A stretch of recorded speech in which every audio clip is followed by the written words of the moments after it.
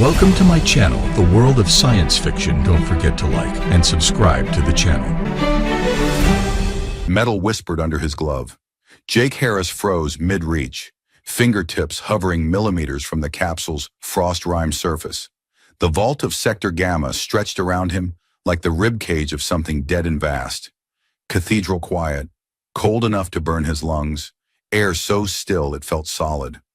Emergency lighting cast everything in sickly amber, throwing long shadows across rows of sealed cryopods and decommissioned weapons stacked like tombstones. 200 years of wars ended, cataloged and buried. At the vault's heart stood the capsule, the one they didn't talk about, the one that wasn't in any manifest. Inside, a warrior, blue skin, darker than cobalt, lighter than midnight, armor black as vacuum, edges worn smooth by use, not ceremony. A sword rested across her chest, long, slightly curved, its hilt wrapped in something that might have been leather once. Her hands were folded over the blade, peaceful, almost, except for her eyes. Even closed, even frozen, they held an expression Jake couldn't name. Not sleep, not death. Waiting.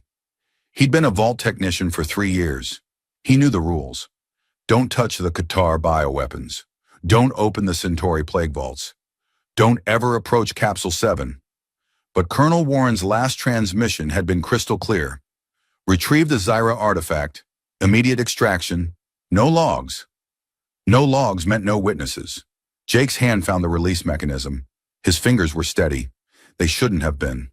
The hiss of depressurization, soft like a last breath released. Vapor rolled out in thick clouds. Seals cracked.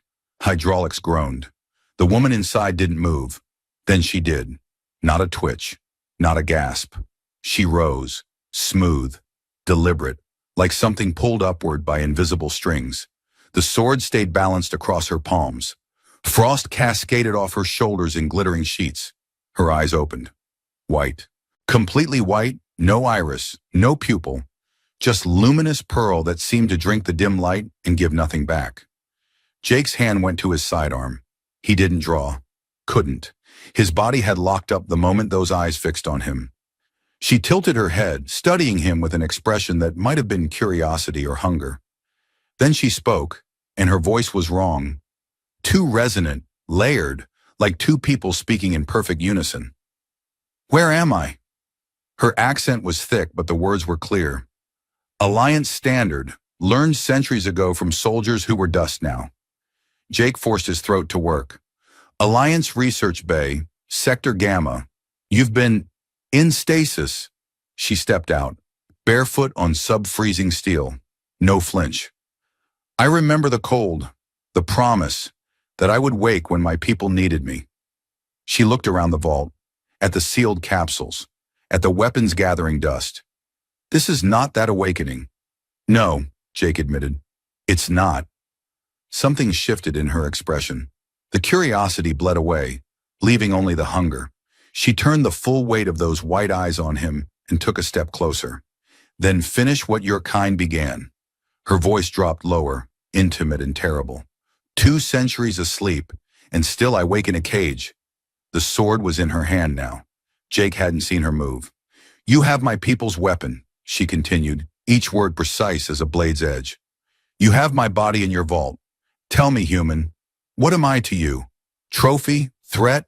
Or just another dead thing you're afraid to bury? Jake's hand tightened on his weapon, but he didn't draw. Some instinct deeper than training told him that drawing would be the last thing he ever did. I don't know what you are, he said carefully, but I know you're not supposed to be awake. The capsule was set for indefinite stasis. Someone triggered the release remotely? Her head tilted again, sharper this time. Someone wanted me out. Or wanted someone in here with you when you woke. They stared at each other across 3 meters of freezing air. Jake could see his breath. Hers was invisible. She took another step. The sword moved with her. Extension of her arm, natural as breathing. I know that pulse, she said softly. The blade remembers it. The rhythm of those who burned my sky. I wasn't there, Jake said.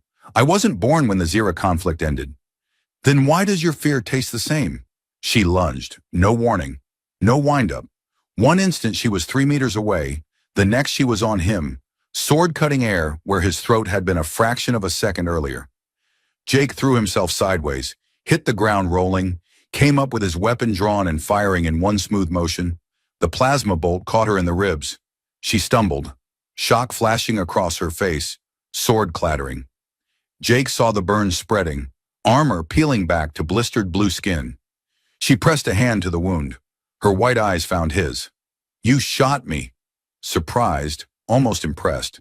Her knees buckled. Jake caught her before she hit the floor. Stupid. Suicidal. But his arms moved on their own, taking her weight, lowering her to the cold steel. Up close, lighter than he expected. Stronger. Corded muscle through the armor. The burn was bad. Deep. Hatred met exhaustion in the space between them. And faltered. "Ilara," she whispered. It took him a moment to realize it was her name. "Jake," he answered. Her mouth quirked. Not quite a smile, but close. Jake. Human name. Short. Efficient. Good for shouting orders on a battlefield. "Yeah, well, we're not on a battlefield." The siren cut him off.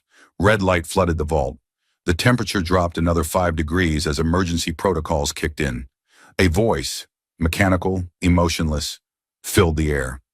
"Contamination detected. Sector Gamma lockdown initiated. Protocol purity active in T-10 minutes." Jake's blood turned to ice. Protocol purity. The Alliance's answer to uncontrolled bioweapons or alien contamination. Seal the sector. Vent the atmosphere. Incinerate everything inside. No appeals. No overrides. 10 minutes to live.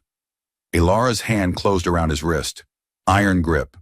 "What is that?" "Someone deciding we're both problems that need solving." The wall nearest them detonated inward. Not an explosion. A breach charge, precisely placed, blowing a hole through reinforced steel like it was paper. Smoke and sparks filled the vault as 3 figures lunged through the gap. Qatar mercenaries. Jake recognized the species immediately. Chitinous exoskeletons the color of dried blood. 4 arms ending in serrated claws, heads like beetles with too many eyes. They moved fast, insectoid and wrong, weapons raised. The lead Qatar's translator box crackled. "Target, the weapon, secure for transport, kill the human." Ilara was already moving. She rolled sideways, snatched up her sword with one hand, came to her feet in a crouch. The burn on her side wept dark blood, but she ignored it, her white eyes fixed on the mercenaries. "Behind you! 3 meters! Left flank!" Jake shouted. She pivoted instantly, blade cutting air. The lead Qatar jerked back, but not fast enough. The sword opened its carapace like a can, dark ichor spraying. It collapsed with a chittering scream. "Right side, 2 incoming!"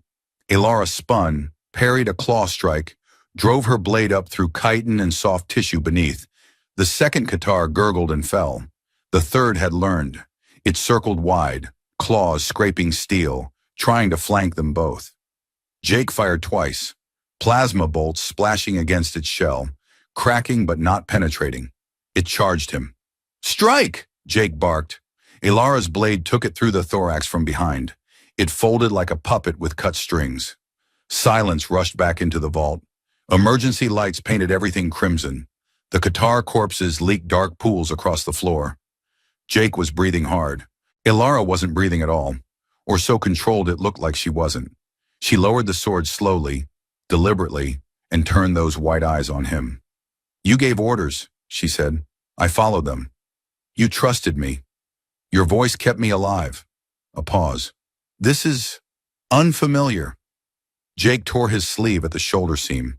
Clean break, good fabric, and pressed it against the burn on her side. She flinched but didn't pull away. "You bind me with enemy cloth," she murmured. "Not enemy." He tied the makeshift bandage tight, hands steady despite everything. Survivors. The strip of fabric, stained now with both their blood, his red, hers nearly purple, clung to her ribs like a silent vow. The siren pulsed. The mechanical voice returned, flat and final. "Protocol purity active. Sector sterilization in 10 minutes. 9 minutes, 40 seconds on the display. Ilara looked up at the countdown, then at Jake. What does sterilization mean? Fire, vacuum, whatever kills fastest. Jake was already moving, scanning the vault's exits. We need to get out, now. And go where? You said lockdown. Every door in Sector Gamma is sealed. Every vent, every hatch. He pulled up his wrist display, cycling through schematics. But the protocol has to vent atmosphere somewhere. There's always an emergency exhaust, which they will guard. Probably. Yeah. She smiled then, sharp and cold and utterly without humor. Good. I would hate to leave quietly. Jake found the exhaust vent on the schematic. 3 levels down, half a kilometer through maintenance corridors designed for automated drones, not people. They'd have to crawl through spaces barely wide enough for one, navigate blind turns, avoid the Qatar reinforcements that were definitely coming, and do it all in under 9 minutes. This way, he said, popping a maintenance hatch in the floor. Ilara knelt beside him, peering into the darkness below. You first, or me? You. I'll seal it behind us. Slow them down. She dropped through without hesitation. Jake heard her land, solid thump, no grunt of pain, and followed. The hatch clanged shut above them. He welded it with 3 plasma shots, metal fusing into a solid scar. The corridor they'd entered was narrow, unlit, reeking of oil and ozone. Emergency lighting flickered weakly every 20 meters. Pipes and cables lined the walls like veins. 8 minutes, 10 seconds. They ran. Ilara moved like liquid, sword held low, adapting to the terrain without hesitation. Jake guided her with short, sharp calls. Left, duck, jump, and she obeyed instantly. No questions, no doubt. That strange synchronicity from the vault had followed them into the dark. They hit the first intersection. Jake checked the schematic. Right turn, 10 meters, then a plasma bolt seared past his head. More Qatar, 4 of them blocking the corridor ahead. Translator boxes shrieked in overlapping harmony. Nowhere to run, mammals. Ilara didn't wait. She launched herself forward, sword flashing. Jake fired over her shoulder, laying suppressing fire, and together they carved through the mercenaries like a scalpel through rotten meat. When it was over, 15 seconds, no more. They kept moving, no pausing, no checking wounds. 7 minutes, 30 seconds. Why do they want you? Jake gasped as they ran. My people designed me to end wars, Ilara said. Her voice was steady despite the pace. The Qatar collect weapons, especially weapons that work. You're not a weapon. She glanced at him, sideways brief. Tell that to the 17 ships I destroyed. 6 minutes. The corridor terminated in a vertical shaft. Ladder rungs, slick with condensation, vanishing up and down into darkness. Jake's display showed the exhaust vent 3 levels below. Down, he said, fast. They descended. Ilara moved like a spider, barely touching the rungs, sword strapped across her back. Jake followed as quickly as he could, but she was faster. Impossibly so, already 2 levels ahead by the time he reached the first landing. Jake? Her voice drifted up from below, soft, wary.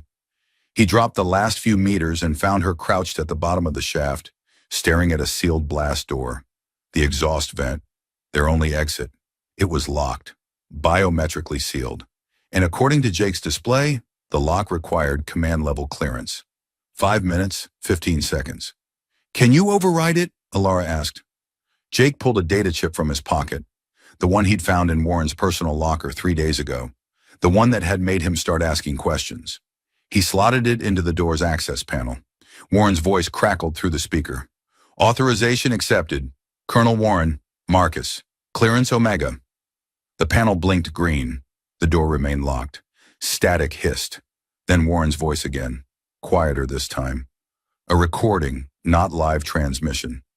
Purge the vault. No witnesses, no relics. The Zira project dies today. Jake stared at the panel, at the countdown. 4 minutes, 45 seconds. He planned this, Jake said slowly. The Qatar attack, the protocol activation. He wanted you awake just long enough to be killed in the purge. Plausible deniability. No awkward questions. Ilara rose to her feet. Her white eyes studied the door, the panel, the walls around them. Then he has won. No! Jake ripped open a maintenance panel beside the door. Inside, a mess of cables, circuit boards, power conduits snaking toward the exhaust system's main grid. Every lock needs power. I overload the conduits, the door's magnetic seals blow. We get out. And the cost? Jake looked at the cables, at the voltage warnings stenciled in fading yellow, at the countdown. 4 minutes, 10 seconds. Whoever closes the circuit, he said quietly, takes the full charge. Enough to kill a human instantly. Maybe enough to burn out a Zero warrior's nervous system, Alara finished. She moved beside him, studying the exposed conduits. Which of us? Me. I'm expendable. No. She placed a hand on his chest, over his heart. This pulse kept me alive in the vault. I will not silence it here. 3 minutes, 50 seconds. Jake met her white eyes. Alara, I can't let you. You misunderstand. Her hand stayed on his chest. I am not asking permission. My people were slaughtered because soldiers like Warren feared what they could not control. If I die here, his fear wins. If I die saving you, she smiled, sharp and sad. Then I prove him wrong. She reached for the cables. Jake caught her wrist. There's another way. The sword, it conducted energy in the vault. When you took the charge from the capsule, the blade absorbed it. If you use the weapon as a lightning rod, her white eyes widened, just slightly. Channel the overload through the sword, not my body. It'll still hurt. Pain is temporary. She drew the blade, held it ready. Oblivion is forever. 3 minutes, 20 seconds. Jake grabbed 2 conduit cables, one in each hand. When I pull these, the system will surge. You ground the sword in the door's access panel. The charge flows through the blade, into the panel, blows the magnetic seals. And if the sword shatters? Then we die in about 3 minutes. Alara laughed. Short, bitter, but genuine. I have missed this, the clarity of imminent death. Ready? Always. Jake pulled. The conduits shrieked. Electricity arced between his hands, blue-white and howling, enough voltage to vaporize a human in seconds. He felt his muscles lock, his vision white out. Alara drove the sword into the access panel. The blade sang, a note so high and pure it shattered thought. Light exploded through the corridor, blinding, electric blue bleeding to white bleeding to something beyond color. The sword drank the surge, every amp, every volt, pulling it through steel and into the panel's guts. The magnetic seals screamed and died. The blast door fell open. The light died with it. Jake collapsed, hands smoking, barely conscious. Alara caught him. She was on her knees, the sword clutched in shaking hands, but she caught him, pulled him toward the open door. 2 minutes, 30 seconds. They crawled through. On the other side, a maintenance shaft, steep but climbable, leading up toward the sector's outer hull. Daylight, real daylight, leaked through cracks above. Come on, Alara gasped. Her voice was raw. Come on, human. Jake forced his legs to move. Alara half carried, half dragged him up the shaft. The sword was strapped to her back again, still glowing faintly, pulsing in time with her heartbeat. 2 minutes. They hit the outer hatch. Alara kicked it open. 3 times, each strike weakening the hinges, the 4th sending it flying into open air. They fell out onto the hull's exterior. Cold wind hit them. Real wind, carrying the smell of oil and rust and life. They were on the outer skin of the research station, clinging to maintenance rails, 100 meters above the planet's surface. Around them, the station sprawled like a metal city. Towers and domes and weapons emplacements, all of it silent, waiting. 1 minute, 15 seconds. We need distance, Jake croaked. When the sector vents, Alara was already moving. She grabbed him, hauled him onto her back, and ran along the hull. Her footsteps were sure, despite the speed, despite the narrow rails, despite everything. 50 seconds. They reached a junction point, a platform where 3 hull sections met. Alara dropped Jake, collapsed beside him. Her breathing was ragged now, finally human, despite everything. 30 seconds. Jake looked back at Sector Gamma, at the vault where he'd woken her, at the doors sealing hundreds of lost wars inside. 20 seconds. Colonel Warren's voice crackled through the station's external speakers. All personnel, Sector Gamma purge in 15 seconds. Avert your eyes. 10 seconds. Alara reached for Jake's hand. Her fingers closed around his. Cold, strong, trembling. 5 seconds. He squeezed back. 0. Sector Gamma breathed out. Every vent, every hatch, every sealed door burst open simultaneously. Atmosphere rushed out in a howl, carrying fire and debris and 2 centuries of silence. The vault section glowed white-hot, then orange, then red as heat bled away into vacuum. When it was over, Sector Gamma was a gutted shell. Jake stared at the ruin. He killed it all. Every record, every artifact. Not all. Alara held up the sword. It still hummed faintly, still glowed with stolen electricity. This survived. And you. Yes. She looked at him. And me. Footsteps. Multiple. Echoing across the hull. Jake forced himself upright, weapon drawn. Alara rose smoothly despite her wounds, sword ready. A squad of Alliance soldiers appeared around the corner. 12 of them, weapons raised, faceplates down. And at their center, walking with the calm of someone who'd expected this outcome all along, Colonel Marcus Warren. He was older than Jake remembered, gray at the temples, lines carved deep around his mouth. He wore full combat gear, but his helmet was off, showing a face that might have been handsome once, before whatever happened to make him capable of this. Warren stopped 10 meters away. His soldiers fanned out, covering every angle. Well, Warren said. His voice was quiet, disappointed. You survived. Despite your best efforts, Jake said. Not my best. My best would have had you dead in the vault. Warren's eyes flicked to Alara. But I underestimated her. A failing I won't repeat. Alara said nothing. She simply stood, sword ready, white eyes locked on Warren like targeting lasers. Warren sighed. You don't understand what she is, Harris. What that thing in the vault represented. The Zira didn't make warriors. They made plagues, self-replicating, adaptive, impossible to stop. She's the last one, and as long as she exists, someone will try to use her. So you tried to kill her, Jake said, and me. You were collateral damage, regrettable but necessary. Warren raised a hand. His soldiers tensed. I'm giving you one chance. Step away from the Zira construct. Walk away. Live. And if I don't, then you die with it. Warren's hand dropped. Open fire. Alara moved. She didn't charge Warren. She charged the soldiers, sword flashing, impossibly fast. Jake saw her blade cut through weapon barrels, through armor seals, through the space between trigger and firing. She wasn't killing. She was dismantling. Each strike surgical, brutal, precise. Jake fired at Warren. The colonel's personal shield flared, deflecting the plasma. Warren drew his own weapon, returned fire. Jake rolled behind a support strut as bolts hissed past. You're protecting a weapon, Warren shouted over the chaos. I'm protecting a person, Jake shouted back. The firefight lasted 30 seconds. When it ended, Warren's squad was down. Not dead, but disarmed, wounded, no longer threats. Alara stood among them, breathing hard, sword dripping dark blood from a dozen species. Warren stood alone. His shield was down. His weapon was empty. But he was smiling. You think you've won? He gestured at the gutted Sector Gamma. I've already buried the evidence. The Zira project is officially dead. And when I report that a rogue technician released a bioweapon that killed 12 soldiers before being neutralized, he shook his head.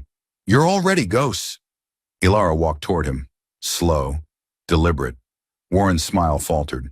You won't kill me. Your kind doesn't. That's why you lost the war. Alara stopped inches from him. Her white eyes studied his face like she was memorizing it. You're right, she said quietly. My kind doesn't kill. We remember. She drew the sword back and drove it into the hull beside Warren's head. The blade sank deep, humming, electric blue light crawling across its surface. Warren flinched. He couldn't help it. I will remember you, Alara said. Marcus Warren, the man who tried to bury history because he feared it. And every day I live, every day I choose to live, you lose. She stepped back. Warren stared at the sword, at Alara, at Jake. Then he ran. His soldiers followed, limping, supporting each other. Within 30 seconds, they were gone, vanished into the station's maze of corridors and hatches. Jake waited until the footsteps faded completely. Then he let out a breath he'd been holding for what felt like hours. "You let him go," he said. "Yes. He'll come after us, report us, send everything he has." "I know." Ilara pulled the sword from the hull. "But if I killed him, I would prove him right, that I am only a weapon." She turned to face Jake. "You said I was a person. I choose to be one." Jake felt something break open in his chest. Relief or grief or exhaustion. He couldn't tell which. Ilara swayed. The wound on her side had reopened during the fight, dark blood soaking through the makeshift bandage. She pressed a hand to it, grimaced. "Come on," Jake said. He moved to her side, took some of her weight. "There's a medical bay in the civilian quarter. We can patch you up, steal supplies, disappear before Warren calls in reinforcements." "And go where?" "I don't know. Somewhere the Alliance won't look." He met her white eyes. "Somewhere you can decide what you want to be." Ilara smiled. Small, tired, but real. "A person who is not a weapon. This will be unfamiliar." "Yeah, well." Jake started walking, supporting her. "You've got time to figure it out." They moved across the hull, two figures against the vast machinery of the station. Below them, the planet turned, green and blue and utterly indifferent to their survival. Behind them, Sector Gamma smoldered. Ahead, sirens were already beginning to wail. The medical bay was empty when they arrived. Jake sealed the door, activated privacy locks, and turned to find Ilara already stripping off her damaged armor. Underneath, her body was a map of scars. Old ones, white against blue skin, telling stories of wars he'd only read about. The burn on her side was the worst. Plasma had cooked through layers of tissue, leaving a crater the size of his fist. She looked at it clinically without emotion. "Can you repair this?" she asked. "Not repair, but I can stabilize it, keep you alive long enough to heal naturally." Jake pulled out medical supplies, antiseptic, synthetic skin, regeneration gel. "This is going to hurt. Everything hurts." She sat on the examination table, held still. "Proceed." He worked in silence, cleaning the wound, sealing the worst of the damage, layering synthetic skin over raw tissue.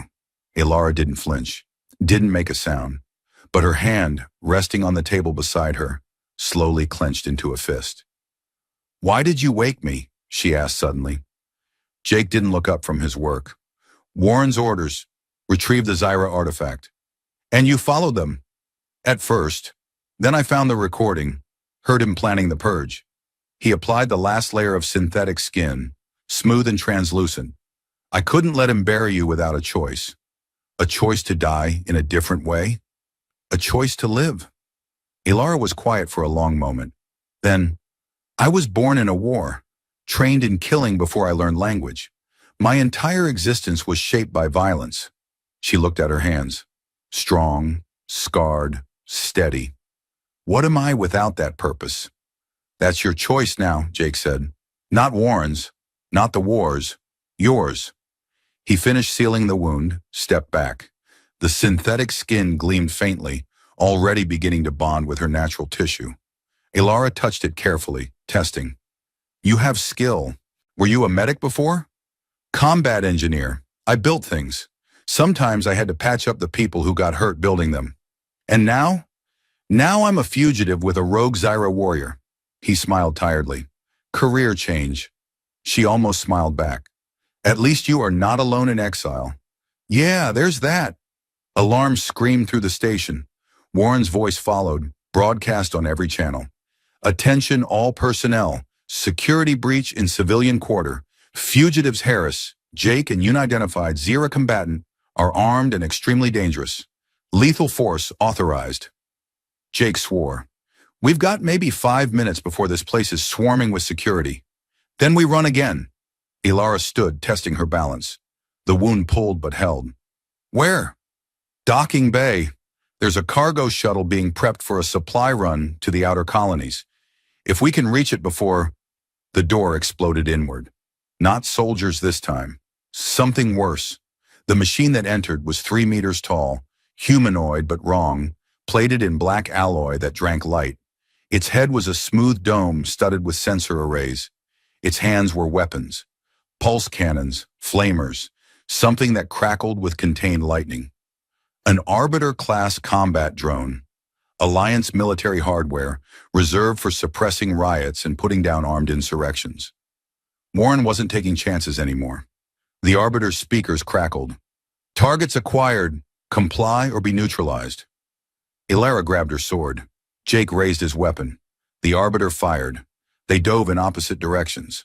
Plasma scorched the air where they'd been standing, melting the examination table into slag. The Arbiter tracked Jake, cannon swiveling. Ilara hit it from the side. Her sword struck the drone's shoulder joint, cutting deep. Sparks flew. The Arbiter's arm went limp, cannons drooping. It pivoted, lightning crackling around its other hand, reaching for her. Jake fired 3 shots into its sensor array. The dome cracked, flickered. The Arbiter stumbled, blind now, swinging wildly. "Left side! Joint!" Jake shouted. Ilara drove her blade into the Arbiter's left knee. The joint seized, collapsed. The drone toppled sideways, hit the floor with a sound like a collapsing building. It was still moving, still trying to kill them.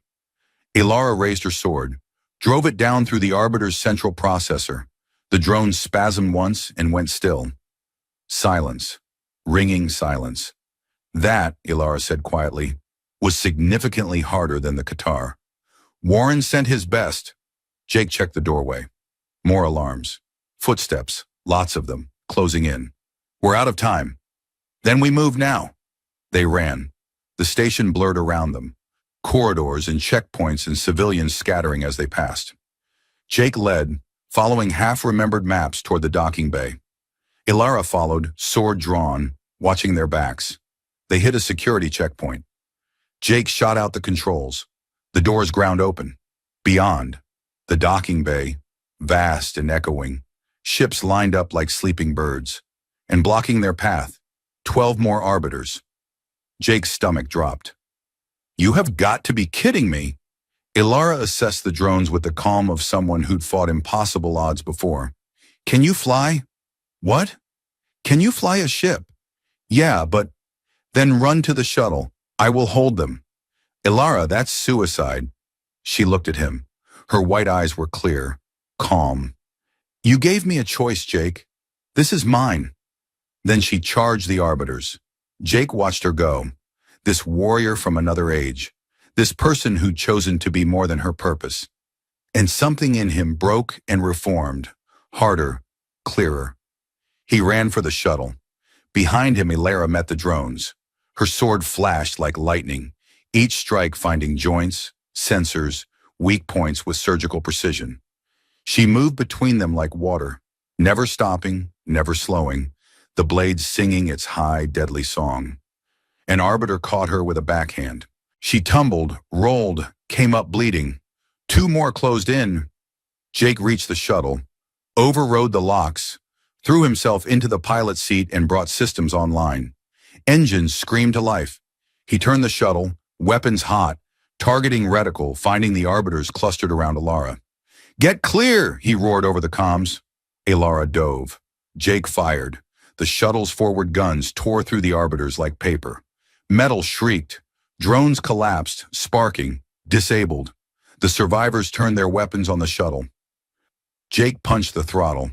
The shuttle lurched forward, ramp still open, heading straight for the melee.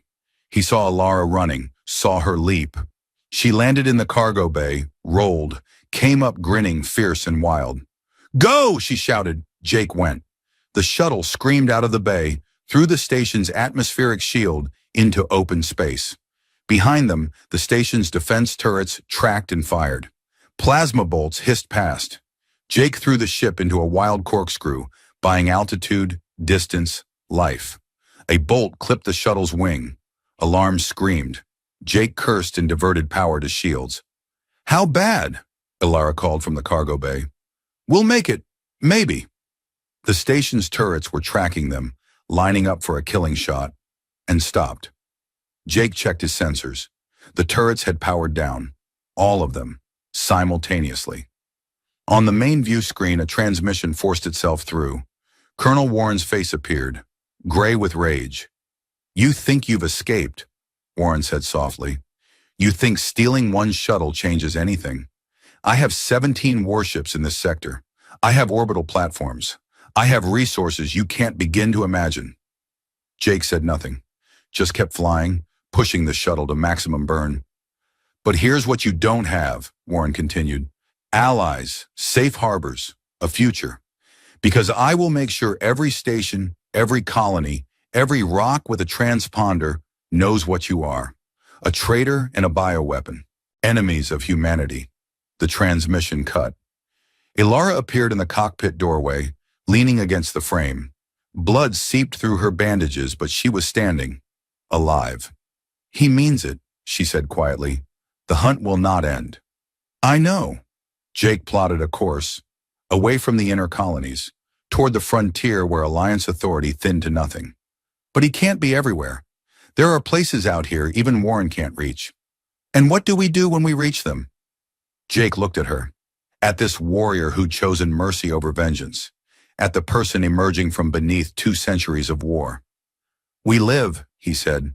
"We figure it out as we go. We prove that what you were doesn't have to be what you are." Ilara moved to the co-pilot's seat, sat carefully. Her white eyes studied the stars spreading before them. "I was built to destroy," she said. "Every instinct, every reflex, every thought, shaped by war. Do you truly believe I can be anything else? You let Warren live. You saved me instead of fighting. You chose." Jake adjusted their heading.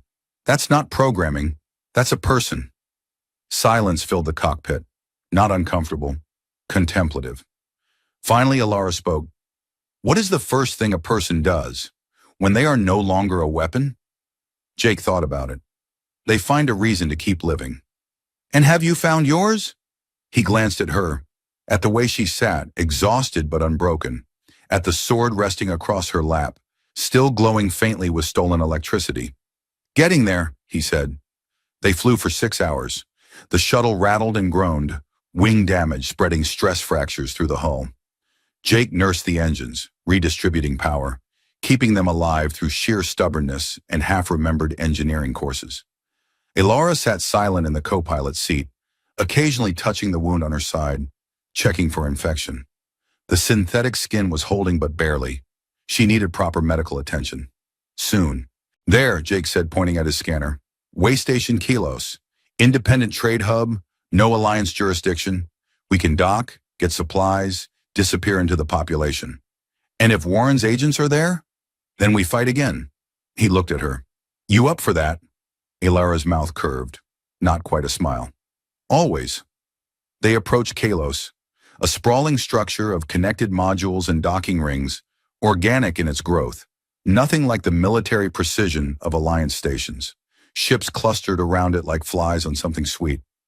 Merchant vessels, pirate rigs, colony transports, all mixing without order or hierarchy. Jake requested docking clearance. A bored voice responded, "Docking fee is 200 credits. Berth 17. Don't cause trouble." "Wouldn't dream of it," Jake lied. They docked smoothly. The ramp lowered onto a platform thick with crowds. Humans, Qatar, species Jake didn't recognize. The air smelled of oil and cooking meat in unwashed bodies. Music blared from somewhere. An argument in 3 languages echoed off metal walls. Ilara stepped onto the platform and every conversation within 10 meters died. People stared. At her blue skin, at her white eyes, at the sword strapped to her back. A Qatar merchant backed away slowly. A human trader's hand drifted toward a concealed weapon. "Move," Jake said quietly. "Don't look back." They pushed through the crowd. Most people got out of their way. A few didn't. Jake saw hands reaching for weapons, for communicators. Ilara's hand closed around his wrist. "We are being followed." "How many?" 3. "No, 4. Splitting up to flank us." Jake scanned the crowd without turning his head. Spotted them. Rough-looking individuals with the casual violence of hired muscle. Not Alliance. Worse. Bounty hunters. "Warren put a price on us already," Jake muttered. "Then we must be worth something." Ilara's voice held grim humor. "How much? Does it matter? It tells us how hard they will try to collect." They ducked into a side corridor, narrower, darker, lined with shops selling everything legal and otherwise. The bounty hunters followed at a distance, not subtle, not trying to be. Jake spotted a service tunnel entrance. In here! They slipped through. The tunnel was maintenance access, unlit, barely wide enough for one person. Pipes dripped condensation. Something scurried in the darkness ahead. Behind them, footsteps. Closer now. They know where we went, Alara whispered. I know. Keep moving. The tunnel branched. Jake took the left path. Alara hesitated, then followed. The footsteps behind them split too. Two pursuers on their trail, two searching the other branch. They emerged in a cargo bay. Shipping containers stacked 3 high, loader bots dormant in charging stations. Empty, silent, too silent. Trap, Alara said. Jake turned to go back. The bounty hunters blocked the exit. 4 of them. 2 human, 1 Qatar, 1 something cybernetic and wrong. They had weapons drawn. Proper military hardware. Not the cheap guns civilians carried. The lead hunter, human, scarred, eyes dead, spoke. The colonel sends his regards. Dead or alive, he said. Personally, I prefer dead. Less paperwork. He raised his weapon. Alara moved first. She didn't draw the sword. She grabbed a shipping container, massive half-ton of sealed cargo, and threw it. The container hit the hunters like a wall. 2 went down. The Qatar scrambled aside. The cyborg caught it, servos whining, and pushed back. Jake shot it in the head. 3 times. The cyborg's skull cracked, sparks flying. It collapsed. The Qatar charged Alara. She drew her sword, parried its claws, drove the blade through its thorax in one smooth motion. It fell gurgling. The 2 remaining humans were already running. Jake let them go. They'll report back. Let them. Alara cleaned her blade on the Qatar's carapace. I want Warren to know we survived. I want him to fear it. Her white eyes were cold, not angry.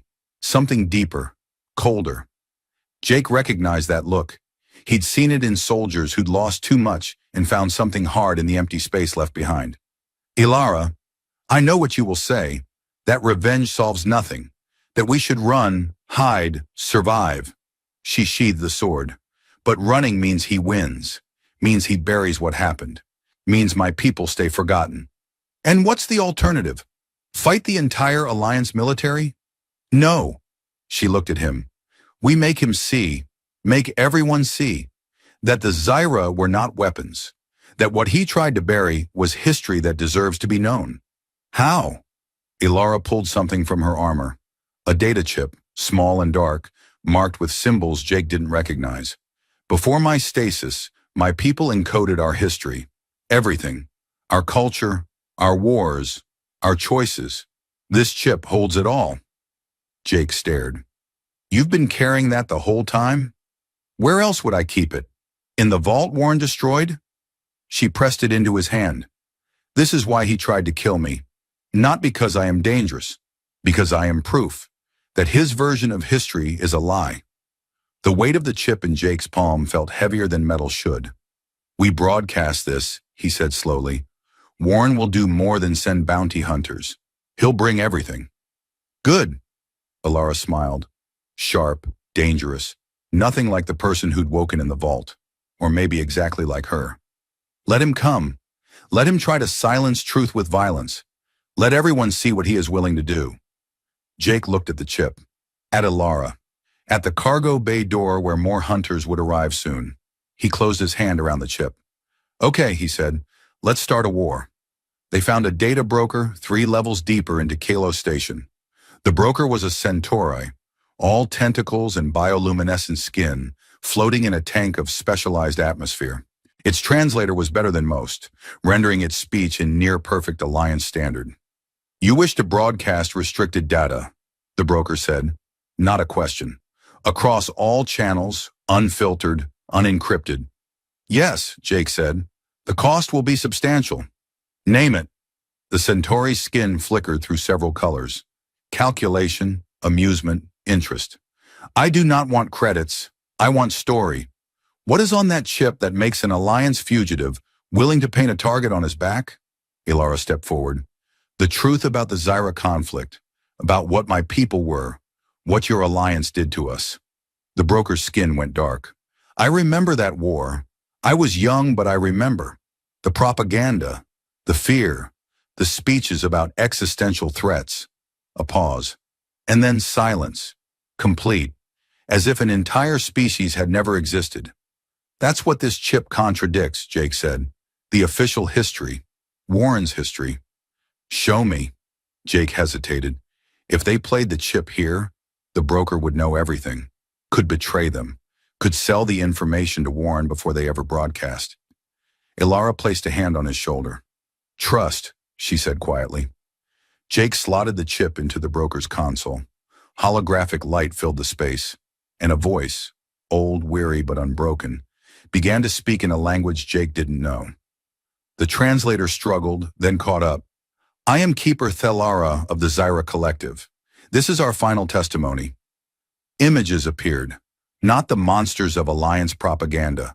People, blue-skinned, white-eyed, but people. Cities, art, children playing in alien gardens. For 3 generations we lived in peace. We built. We grew. We asked only to be left alone. The images shifted, warships appearing in orbit, bombardments, cities burning. The Alliance came with offers of trade. We accepted. They came with demands. We negotiated. They came with threats. We defended. More images. Battlefields. The Zero warriors Jake had read about. The ones Warren feared. But the recording showed something else. Civilians huddled in shelters while warriors held the line. Not conquerors. Protectors. They called us bioweapons. Dangers to civilized space. Threats that must be neutralized. The final image. A planet cracking. Splitting. Dying. We do not ask for mercy. We ask only for truth. That someone, someday, will know we existed. That we loved. That we chose to fight only when all other choices were taken. The hologram faded. The broker's tank was silent for a long time. Then its skin flared bright blue. Grief, Jake realized. The Centauri was grieving. I will broadcast this, the broker said quietly. Everywhere. Every station. Every colony. Every ship with a receiver. Warren will come for you, Jake warned. Let him. The broker's tentacles writhed. I am old. I remember when we told ourselves stories about being better than our fear. Perhaps it is time someone reminded us. The upload took 7 minutes. 7 minutes while Jake and Ilara stood in that small room, watching the data flow across networks, through relays, into the vastness of human space. 7 minutes before everything changed. The broker confirmed completion. It is done. The truth is free. Jake felt something unclench in his chest. Thank you. Do not thank me. Survive. That is how you honor what they died for. They left the broker's shop and headed deeper into Kello Station, away from the main corridors, away from anywhere predictable. They found a small hab unit to rent. One room barely furnished, but it had a door that locked and walls thick enough to muffle sound. Jake paid the attendant in cash. No names, no questions. Inside, Ilara finally allowed herself to sit. The wound on her side was bleeding again, synthetic skin failing. She pressed a hand to it, grimacing. Jake pulled out the last of their medical supplies. This is going to need real attention soon. Tomorrow, her voice was faint. Tonight, I need to rest. He cleaned the wound again, applied fresh synthetic skin, wrapped it tight. His hands were steadier than they should be. Muscle memory from too many field dressings. Too many soldiers who'd bled on him and lived because he refused to let them die. Why are you helping me? Ilara asked suddenly. Jake paused. What do you mean? You could have left me in the vault. Could have run when Warren activated the purge. Could have taken a pod at any point and saved yourself. Her white eyes studied him. Why choose this? He thought about the question, about the real answer beneath the easy ones. Because Warren was wrong, he said finally. About you, about what you are. And I couldn't let him bury that truth just because it was convenient. That is principle. I am asking about reason. Jake met her eyes. Maybe I don't have one. Maybe I'm just tired of watching powerful people decide who gets to be remembered and who gets erased. He finished wrapping her wound. Or maybe I just wanted to do one thing right. Ilara reached out, touched his face. Her hand was cold but gentle. You are a strange human, Jake Harris. Yeah, well, he managed a tired smile. You're a strange Zera warrior. Not warrior, not anymore. She let her hand fall. I do not know what I am now. You're Ilara. That's enough. She smiled. Small, genuine, almost shy. Then exhaustion took her, and she slumped against the wall, eyes closing. Jake stayed awake, monitoring the station's news feeds, watching the data spread. The recording was everywhere now, impossible to contain, impossible to deny, and the responses were already pouring in. Some called it propaganda, some called it revelation, some demanded investigations, tribunals, answers, and some, the ones that worried Jake most, called for blood. His comm unit chimed. Unknown sender. He almost ignored it. Then he saw the message. Warren is scrambling everything. Full fleet mobilization. You have 12 hours before he glasses Kilo Station. Get out now. A friend. Jake's blood turned cold. 12 hours. Not to escape. To evacuate thousands of civilians who had nothing to do with this. He looked at Ilara, sleeping fitfully against the wall, at the sword resting beside her, still glowing faintly, at the choice ahead. Run, save themselves. Let Warren do what he did best, erase problems with overwhelming force, or stay, warn the station, stand against what was coming. Not warrior, Ilara had said, not anymore, but maybe some fights chose you. Jake started typing messages, to the station authority, to the merchant guilds, to anyone who would listen. Evacuate, 12 hours, Warren is coming. He didn't sign his name, didn't need to.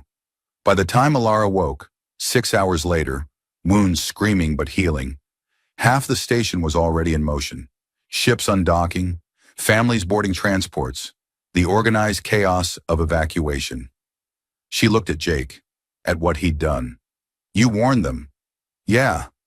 Warren will know we are still here. Probably. She stood, tested her balance, picked up her sword. Then we should leave too. In a minute. Jake was watching the evacuation feeds. I need to make sure the slowest ships get clear before... The proximity alarm screamed. On every monitor, every screen, every display. The same image. Alliance warships dropping out of FTL. 17 of them, arranged in battle formation, weapons hot, and at their center, Warren's flagship.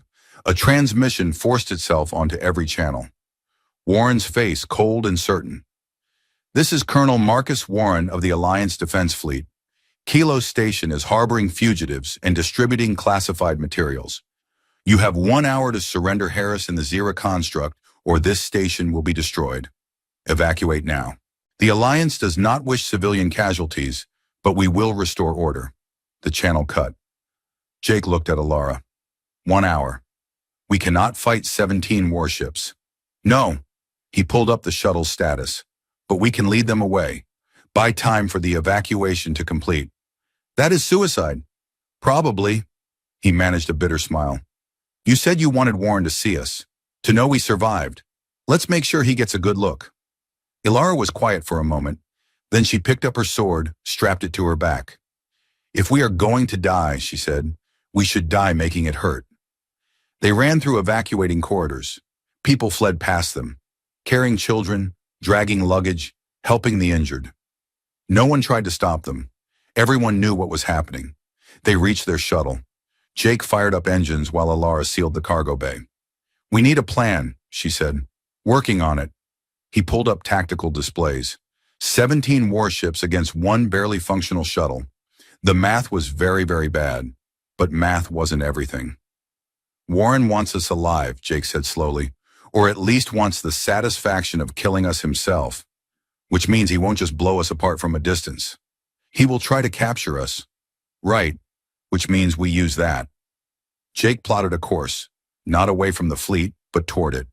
We fly straight at his flagship, make him think we're trying to board, fight our way to him. Are we? Hell no. The instant we're past their point defense grid, we brake hard and run for the planet. Ilara studied the display. The planet is a gas giant, no surface to land on. Don't need surface, just need the gravity well in the atmosphere. We dive deep, kill our engines, drift. Their sensors won't find us in all that interference. And if Warren follows us down, then we die in a storm instead of vacuum. Jake looked at her. Better than giving him the satisfaction? She smiled, fierce and cold. I am beginning to understand why you survived the vault. They launched. The shuttle screamed out of Kalo Station, heading straight for Warren's fleet. Immediately, every sensor locked onto them. Targeting solutions calculated. Weapons tracking. Warren's voice crackled through. Stand down, Harris. Power down your engines and prepare to be boarded. Final warning. Jake opened a channel. You want us, Colonel? Come get us. He punched maximum thrust. The shuttle lunged forward, engines screaming, heading directly for the flagship's bridge. Point defense cannons opened fire, the space around them filled with plasma and railgun rounds. Jake threw the shuttle into evasive maneuvers. Wild, desperate, barely controlled. A round clipped their wing. Alarms screamed. Jake ignored them. Ilara, if you know any prayers, now would be good. My people did not pray. We endured. Great. Endure harder. They hit the fleet's defensive grid. Warships shifted, trying to block their approach without firing full broadsides. They wanted prisoners, not debris. That hesitation was everything. Jake drove between two cruisers, turbulence from their engines battering the shuttle. Came out the other side, flagship dead ahead, growing larger in the view screen. Warren's face appeared, actually surprised. You're insane. Finally figured that out? Jake yanked the controls. The shuttle broke hard, diving below the flagship's belly, rolling through space, engines redlining as they clawed for distance. Behind them, the fleet scrambled to reacquire targets. Too slow. Jake pointed the shuttle at the gas giant and opened the throttle all the way. They fell toward the planet. Behind them, Warren's fleet pursued. But they were massive, ponderous, built for firepower, not speed. The shuttle was tiny, nimble, desperate. They hit atmosphere. The shuttle shook itself apart. Jake fought the controls, keeping them on course. Down, down into the crushing pressure and screaming winds of the gas giant's upper layers. Sensors went blind. Communications cut out. The hull temperature spiked. And then they were through into the relative calm of the cloud layer. Jake killed engines. All of them. Emergency power only. The shuttle went silent, drifting in the alien wind, invisible among a billion tons of swirling gas. They waited. Minutes passed. An hour. The fleet's sensor pings washed over them, unable to penetrate the interference. Finally, Warren's voice, distant, crackling with static. They're gone. Probably crushed by pressure or incinerated by heat. Search pattern Delta for 3 hours, then return to formation. The pings faded. They were alone in the storm. Jake let out a breath he'd been holding since they launched. We're alive.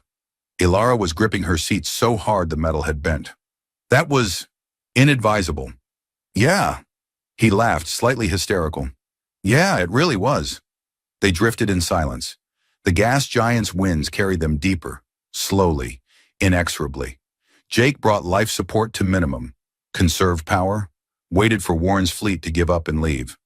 4 hours passed. Ilara broke the silence. What happens now? We wait until they leave. Then we surface, make for the outer colonies, find somewhere Warren can't reach. And then we live. We prove the recording was right, that you're more than what they made you.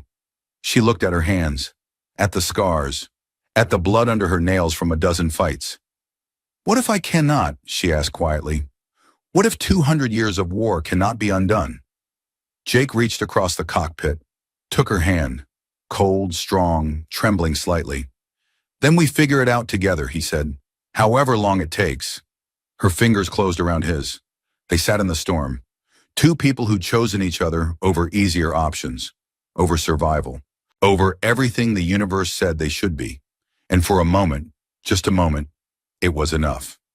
They surfaced 6 hours later. Warren's fleet was gone.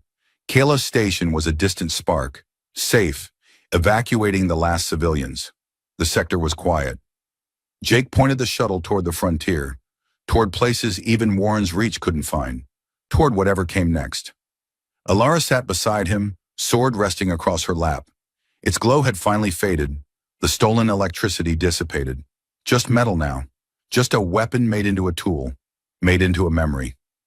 The recording, she said, it will change nothing, will it?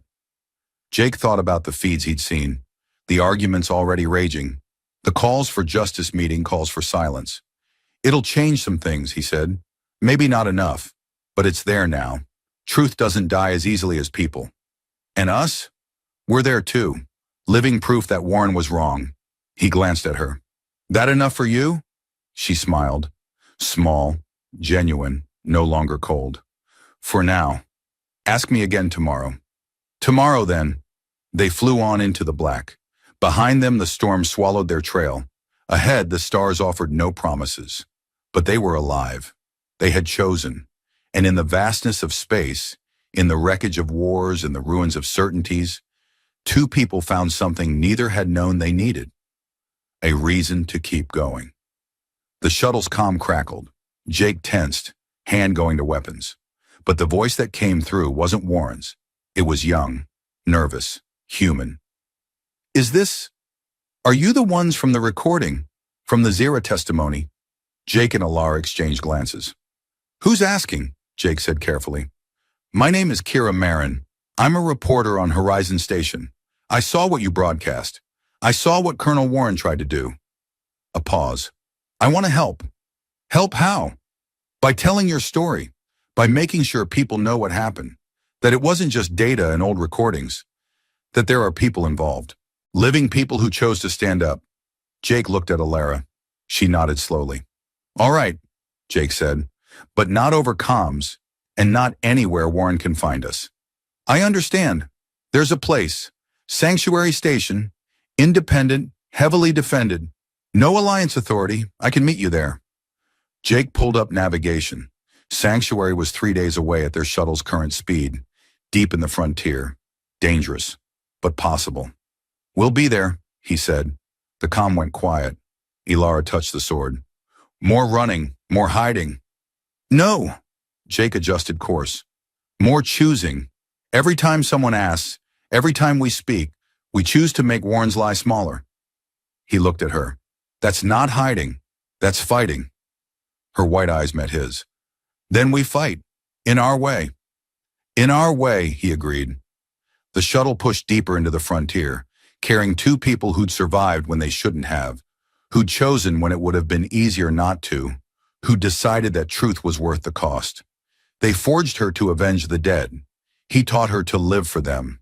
And in the space between those two truths, something new was born. Hope. Not the easy kind. Not the kind that promised happy endings or simple answers. The hard kind. The kind that said, despite everything, we continue. And they did.